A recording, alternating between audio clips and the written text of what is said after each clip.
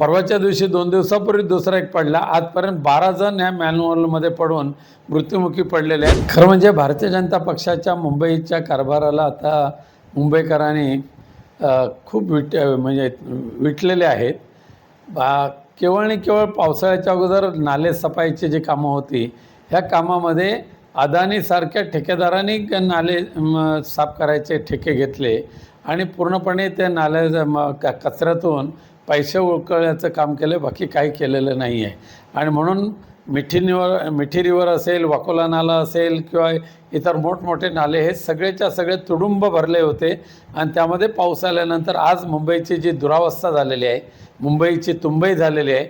आणि एवढंच नव्हे तर मॅनहोल उघडे ठेवून ज्या पद्धतीने काम करायचा प्रयत्न चालतो प्रत्यक्ष महापौराच्या दौऱ्याच्या वेळेलाच एक अधिकारी मॅनहोलमध्ये पडला.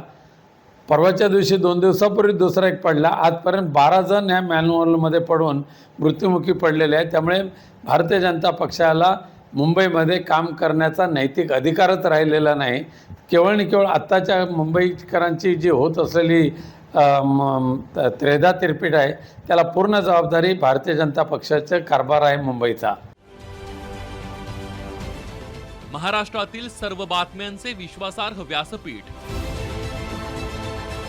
सकाळच्या सर्व सोशल मीडिया प्लॅटफॉर्मला लाईक, फॉलो आणि सबस्क्राईब करा.